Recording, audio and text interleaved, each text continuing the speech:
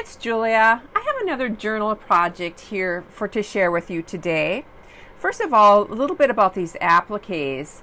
A viewer sent these to me, and they're just adorable. These little doll figures, and so I'm going to use those for the front of the journal.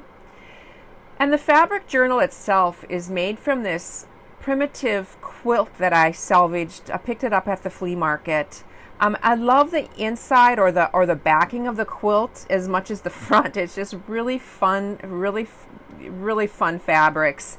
And I don't know the age. If anybody recognizes that or can estimate the age of this, leave it in the comments below. What decade you think this is from. I want to say, now I did cut into this, but this was a very damaged quilt. You can see this one particular fabric throughout the whole quilt just disintegrated in washings. Just a good, I guess, reason why to use high quality fabrics when you're doing your quilting. And also the batting kind of bunched up in areas, and so parts of these I'm going to have to cut out, especially on the edges like this, and just put in fresh or new batting. I'm just going to lay it in there. Some of the batting is going to be kind of bunched in certain areas of the quilt. I'm just going to say it's part of the charm because this is like I said, a very old quilt top. Now I did cut these down. They're approximately 10 inches high and 12 inches across. And my little figure is going to lay just on the front side.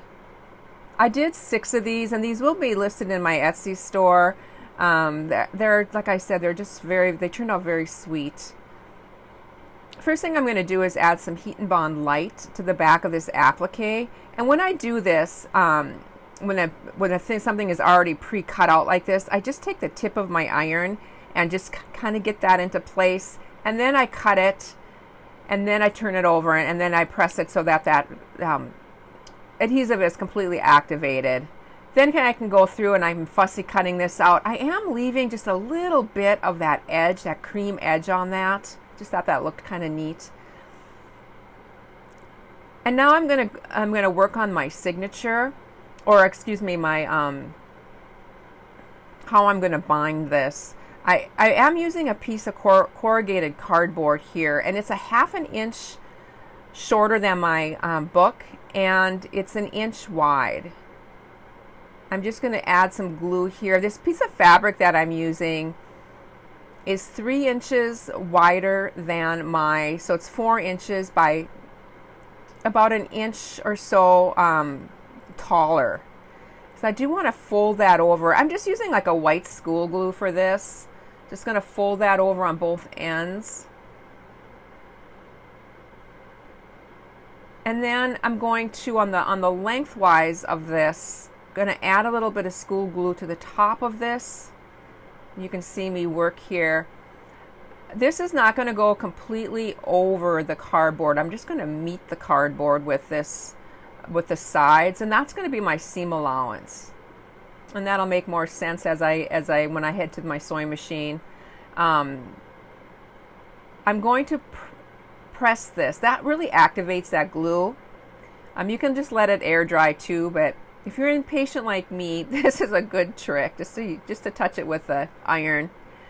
I'm going to put my little marks there. I'm going to put 2 on the top. There's going to be 2 signatures to this. 2 on the top and 2 at the bottom. And then I'm just going to punch this with my crocodile. I'm punching it at the 3/16 or the smaller punch. But use what you have. If you don't have a crocodile, you can use like an awl or even a nail would work. Just something that's going to punch holes. My elastic is going to just be an elastic cord that I'm using. And I do about 2.5 times the length of this. Just going to thread that through, and then I tie it on the top. You want to tie it so it's a little bit taut, but not super tight. And doing the other one the same way, and then just clipping the extra elastic. Now that part is going to be finished, and I'm going to be going on to edging this top. I have silk ribbon here and I'm just trying to decide whether I want the green or the blue. I decide on the green. I really think it's, I just love it. It just fits that little girl so well. Fixing that batting, that bunched up batting just on the edges of this. I'm just going to cut that away and then place my fresh batting in there. This is all hand pieced and then hand quilted. It's just so sweet. Just gonna get that in there, and then I'm just gonna use some clips to hold that into place until I get to the sewing machine. I'm gonna use this mint colored thread, and I'm first of all going to just zigzag all the way around this, just kind of hold that new batting into place, and then just to keep everything together. And then I'm going to go around and zigzag again, but laying this ribbon alongside. Now I have my zigzags set at the largest length or width that mine goes. I think mine goes up to a 9, but if yours only goes up to a 5, that'll be fine too. You just want to zigzag so that it goes in the ribbon and then also in your little booklet. And I also zigzagged a couple little pieces for the closure there. You can see that.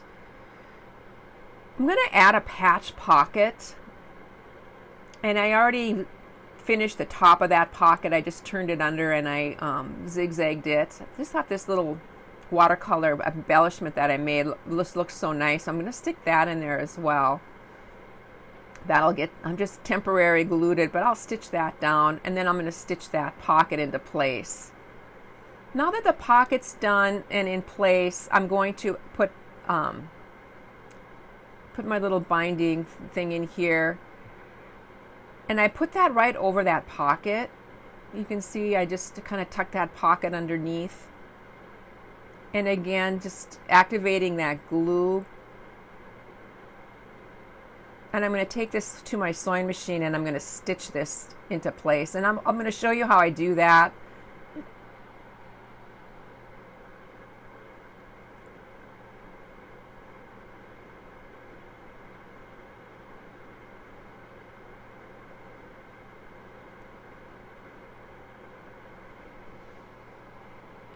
I have my zipper foot on, and I can get really close to that piece of cardboard. I do fasten my stitches by going forwards and backwards at both the top and the bottom of this. And then I'm going to take and I'm going to sew that at one more time, more on the edge of the fabric. So I have 2 lines of stitches, and this is what it looks like. You can hardly see it on the front side, because there's so many stitches in this anyway, and it's so busy. Now back to my little applique here. I just kind of fiddling around. I have this little saying too. I mean, it says, "Embrace your inner extraordinary." I thought that was cute, but I didn't like it on the front. And so I found this vintage lace, and I'm just deciding now, I have that pocket sewn in, so that lace can't really go over the top of that if I stitch it on. I could hand stitch it, then it would be fine, but I just decided to stick that little saying on the back of it. It's kind of below the pocket. And then that lace just kind of in the front just kind of grounds this little girl a little bit, and I really like that look. So I'm going to press her into place. I remove that paper backing, and I'm going to zigzag her on.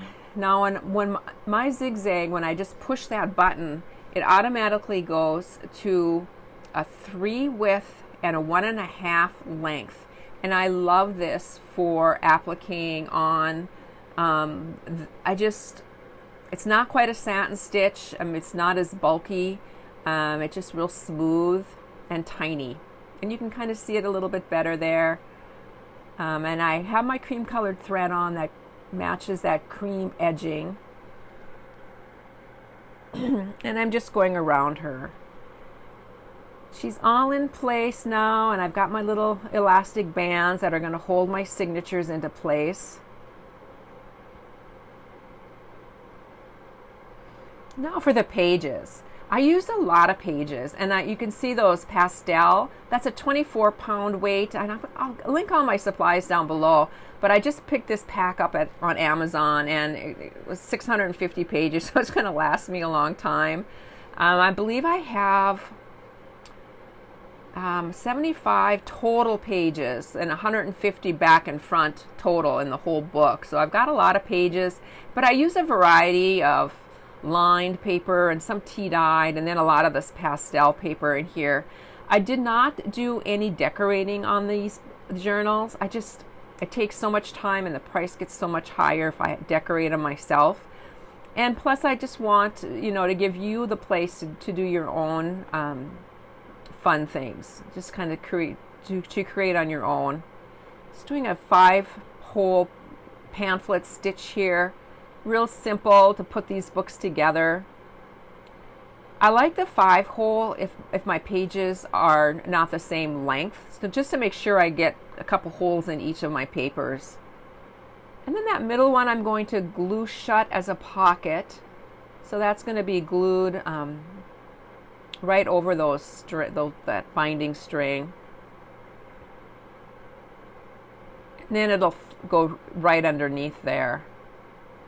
Now my pages are fine for the length, but I do need to cut them down a little on the width. So I just marked where I need to cut it. And then I'm using a breakaway snap off blade here, X-Acto knife, whatever you call them, and a metal ruler, and I'm just getting those all cut. Such a easy way to cut down your books. Couple more things I want to do. I want to add a paperclip yo-yo, so I'm just seeing which of my yo-yos I like the best. I settled on this green one, just to brings out the green in her little dress. And I'm cutting, just die cutting some circles here out of felt. This is going to be the back of my little paper clip. Just putting that fabric fusion glue on that felt, laying in a 2-inch paper clip, and then just getting that glued into place. And then I have a bunch of these scraps that I trimmed off the edge, and I thought it'd be cute to make some just some tabs, paper tabs. So I'm gonna stitch these in. I believe I just use the zigzag again to stitch those into place. I don't show that, but I'm just gonna get them where I want them, and then I'll clip them using just a Wonder Clip.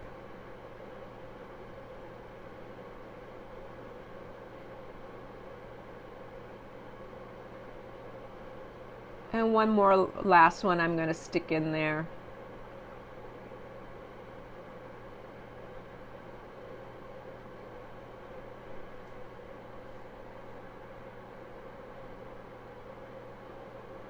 And here it is. It's all complete. I love those little tabs sticking out.